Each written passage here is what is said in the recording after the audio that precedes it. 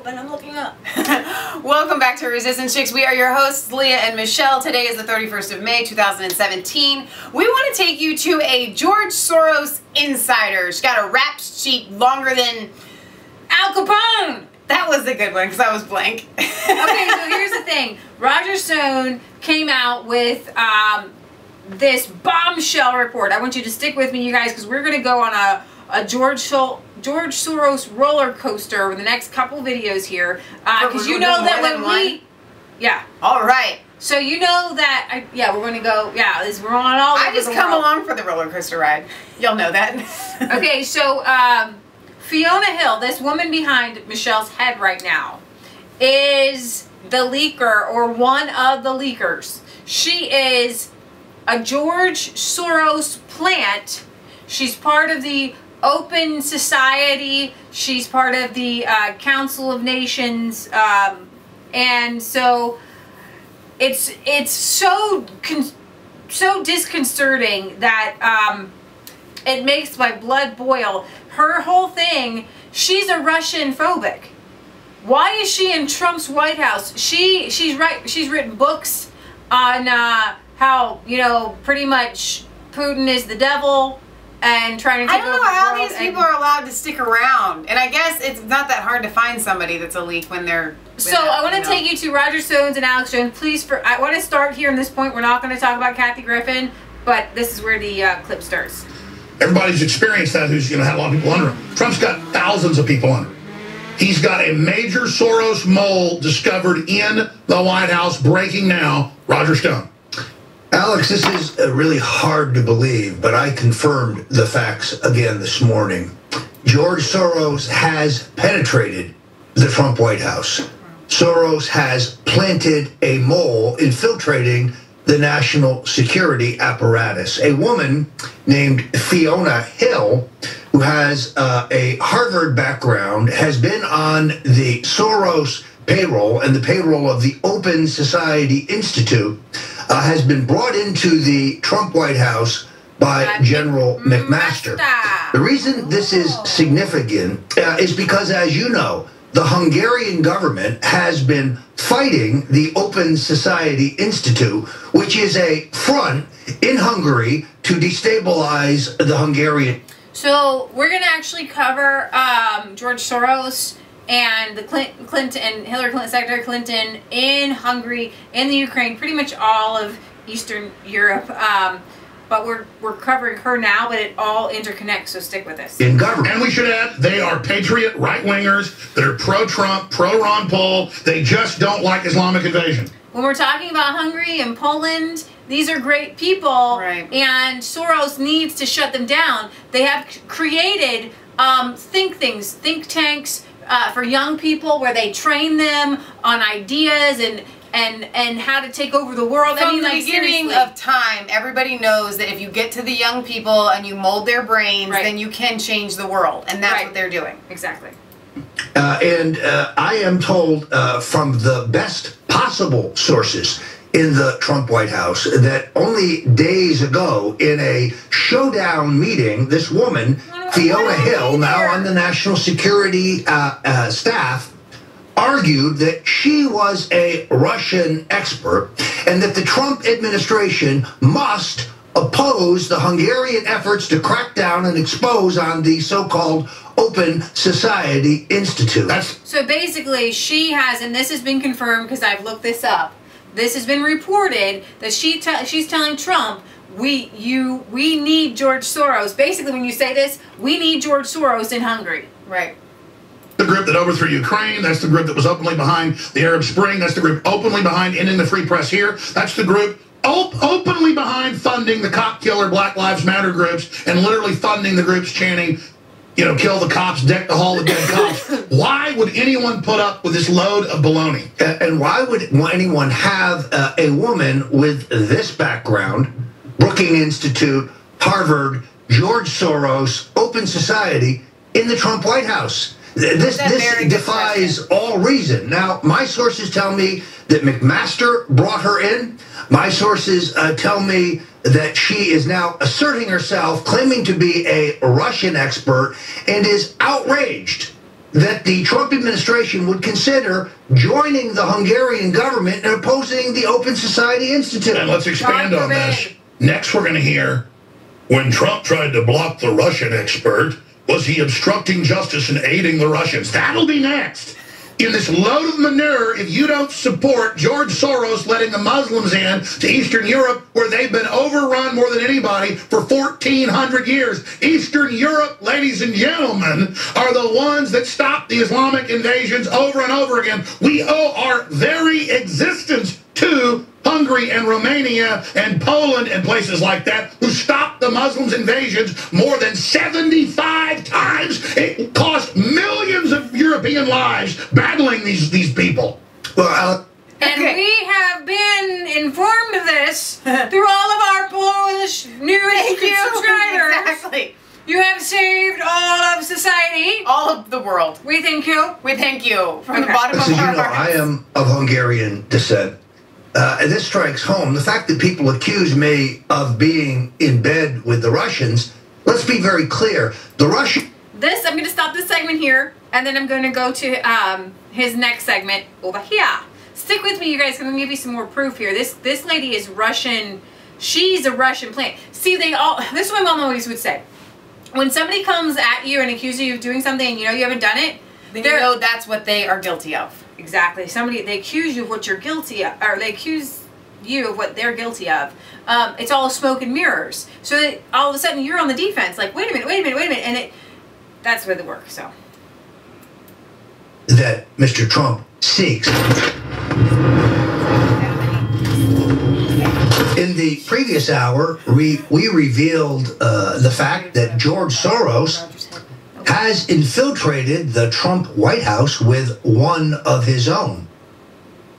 In fact, a woman named Fiona Hill, now working for the National Security Council, served in his as an advisor to his Open Society Institute, which is the mechanism that George Soros uses to overthrow foreign governments.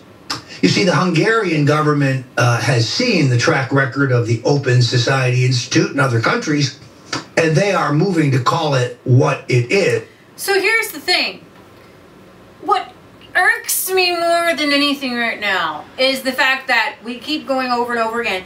Russia interfered in our election, and oh my gosh, we can't have foreign governments interfering in our lives, and yet we are openly interfering in other people's governments. And it's okay because they're the little people. Right. It's okay for us to do it. Because they're ignorant people. Because Hungary and Poland, Ukraine, the Balkan states, Macedonia, and all these different countries. They're just small fries. No, they're just not mentally there. They have not evolved like us. Okay, so we're George Soros. It's okay. So you notice that the media never says, oh my gosh, look, we're interfering in somebody else's government. You know somebody what? else's life. Just like Alex just said, we actually owe a lot to all of those countries, and they have probably more brains than our entire government put together.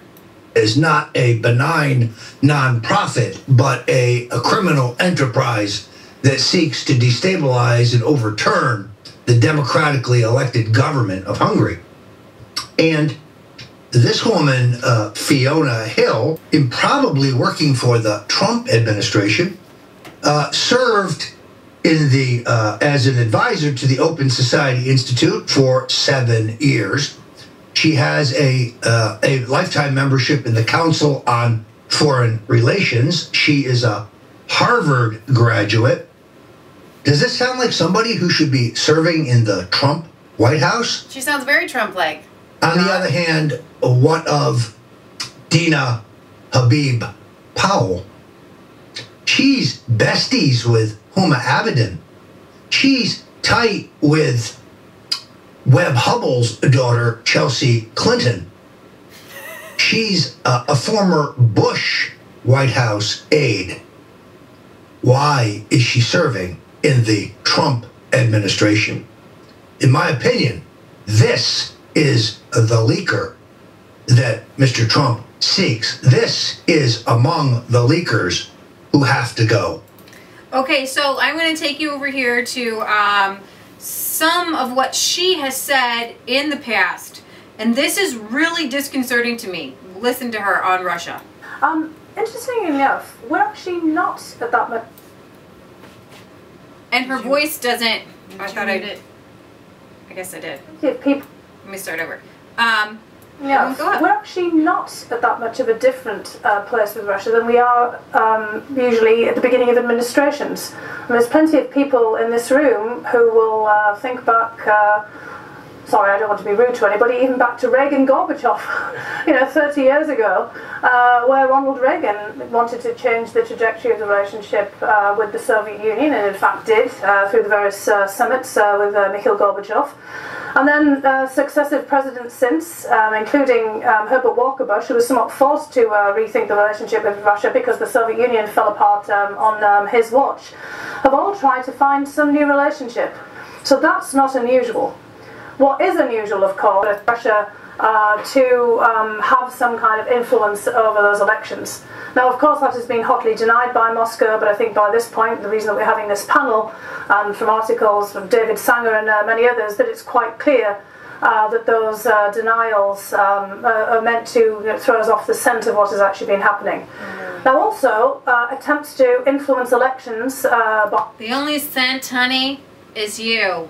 And you smell like manure. Rank.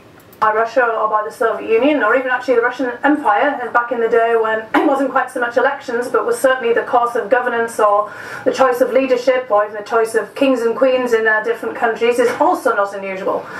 This is not unprecedented for an outside power to want to have a say in what happens in another power, be it an adversary or a friend. It's just that the technology that we're here to discuss today has given us opportunities, everybody opportunities, to have influence in different ways. Anybody here in this room who is able to code, and that's not me, can hack into somebody else's computer if you have a mind to doing it. Back in the day...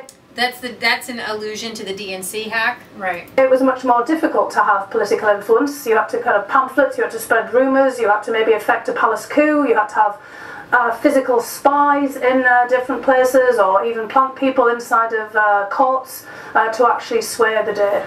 And now we're in a situation where with a few taps of computer keys, like people are tapping away here, that you can... So we felt this today, a few tapping of a computer keys, actually. With our resistance chicks being shut down. We did. And somebody, was able to try to convince YouTube that we were fake news and spam. So yeah, there are bots out there, but the bots are George Soros Clinton bots. Right. As a lot of you have pointed out, Clinton has a whole machine out there. When she so grotesquely stated during the debates, we have people out there, we have fact checkers. We will fact check all Which is, once things. again, whenever you're, like Leah mentioned earlier, whenever you're doing something that is completely wrong, your mind goes through this phrase, you all know this, okay, actually, you can't stop thinking about it, and so that you have to bring it up in some sort of way and spin it so that, like, you spin the truth first. So we actually have all these people and people behind computers that they're fact checkers to make sure that there's facts. No, Hillary, you have people behind computers that are altering facts and hacking things. That's what you have. So this particular woman, she was tapped by McMaster. She is, why would you bring in somebody who is so anti-Putin? Right. And you actually, I had another one that I think I shared it, where another intelligence officer, somebody said, it's in the genetics of Russians to meddle. It was a racial slur, right? Oh my gosh.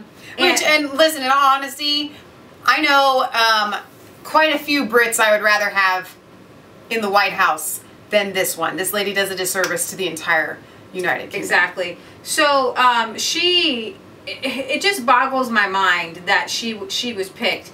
But right here you have her. This is her repertoire. Exactly. The Brookings Institute, the National Intelligence Council, the Brookings Institution, the Eurasia Foundation.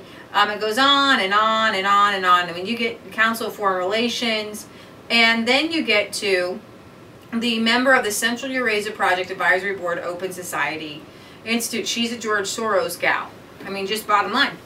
So we're gonna wrap this one up, and then we're gonna go on to George Soros, Man of Evil. Man of Evil. That's good. George Soros, Man of Evil. Okay, this is Leah Michelle signing off for Resistance Chicks, where it's not a conspiracy theory. If it's the truth, don't forget to like, comment, and subscribe to Mass Faith 3 and Resistance Chicks. Ring that bell for notifications. Find us on Facebook. Follow us on Twitter. We love you. God loves you. And God bless. And don't forget, we are headed to Bozeman, Montana to the Red Pill Expo, June 23rd and 24th. And we want to see you guys there. We're going to make it happen. We're getting a farm sitter. You can get a farm sitter too.